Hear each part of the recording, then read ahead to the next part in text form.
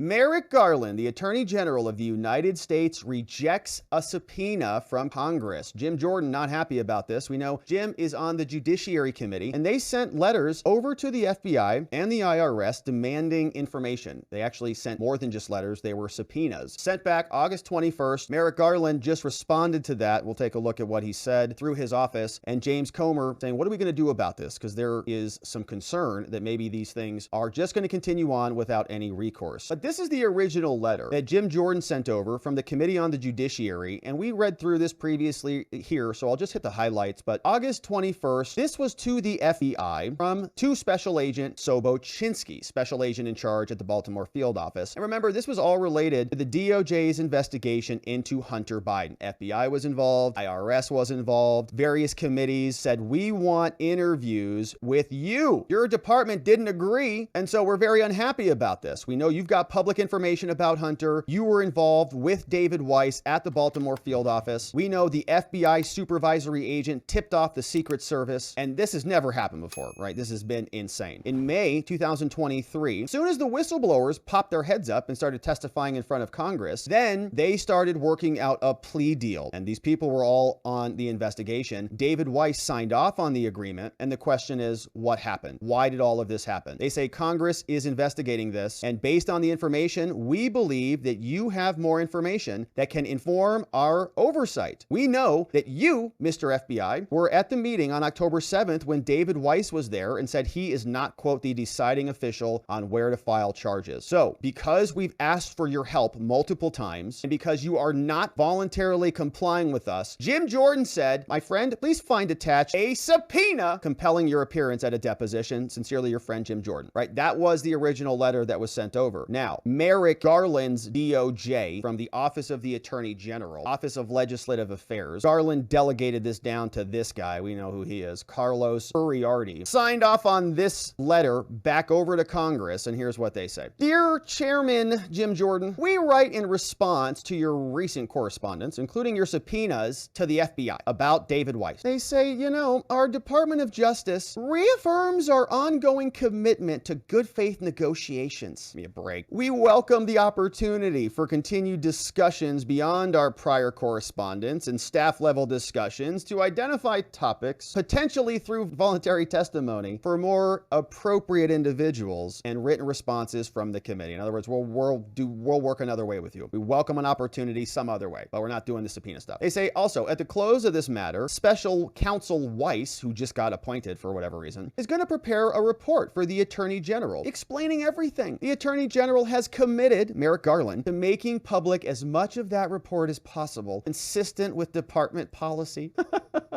And so this is the cover-up underway. Like, this is how they're going to cover the whole thing up. Further, in light of the committee's stated interest in potential changes to the statute, contact the tax division and they'll brief you on the next steps. So DOJ says, my staff, Jim, will reach out to your staff today to schedule a call to take place as soon as possible to continue our discussions.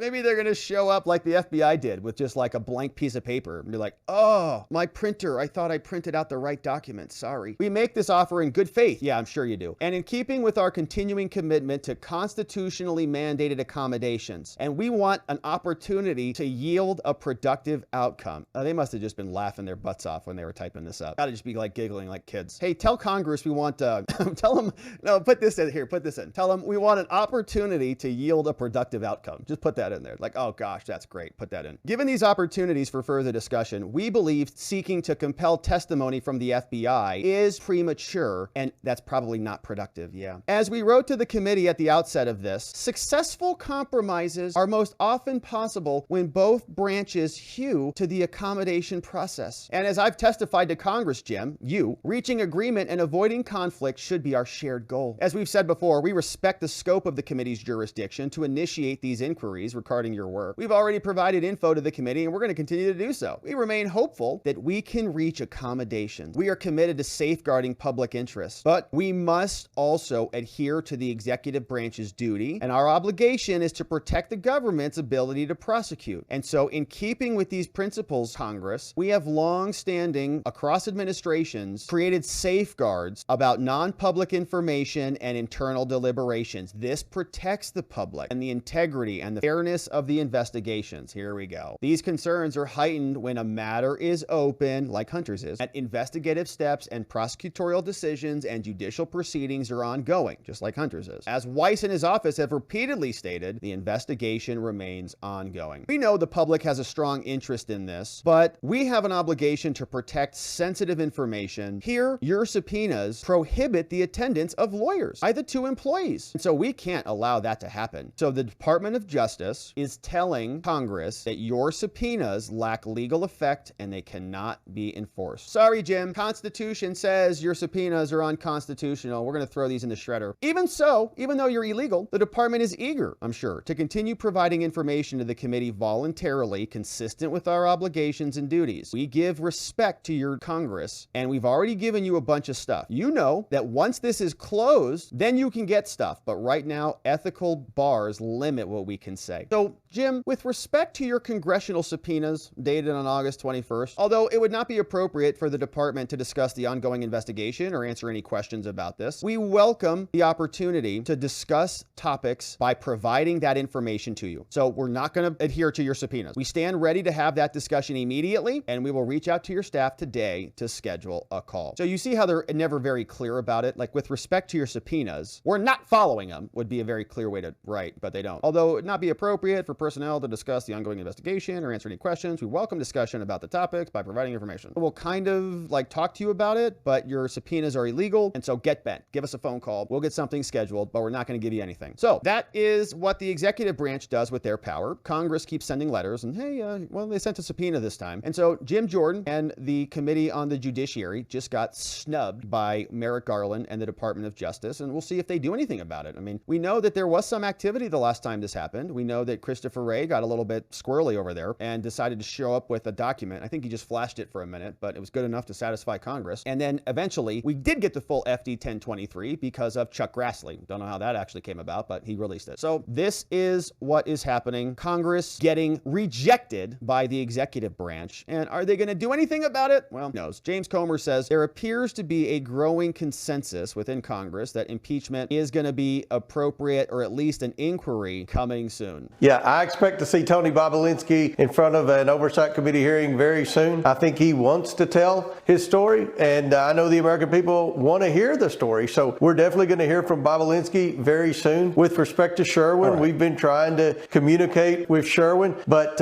look, Sherwin's going to have to answer for all of these transactions. And where you reference, Sean, where Hunter Biden was paying for things for Joe Biden in these accounts, these are the accounts we're now asking for, and these are the accounts we're probably going to head to court in the very near future to try to obtain. What tools do you have at your disposal to expedite this? Well, I think there's consensus in our conference now that we're going to have to go to impeachment inquiry. Obviously, that'll be Speaker McCarthy's call, but I feel like we're there now, Sean. I feel like that's imminent, and I believe that that will be a tool in our toolbox when we go to court with our subpoena. All right, consensus is building, and of course, the thing we always ask about is timeline, and how will this impact the timeline? Impeachment inquiry, how long are they going to kick that can down the road? Play around with that one. Do we ever actually get to an actual impeachment? Are they trying to time that with the next election? Are they trying to time that with Trump's prosecutions? We'll see, but I think that as every single day goes by, my goodness, it's harder and harder to deny it. If you just look at it, it's hard to believe that any Republican is not on this train. So we'll continue to cover, my friends. Thank you for subscribing and joining us as we do.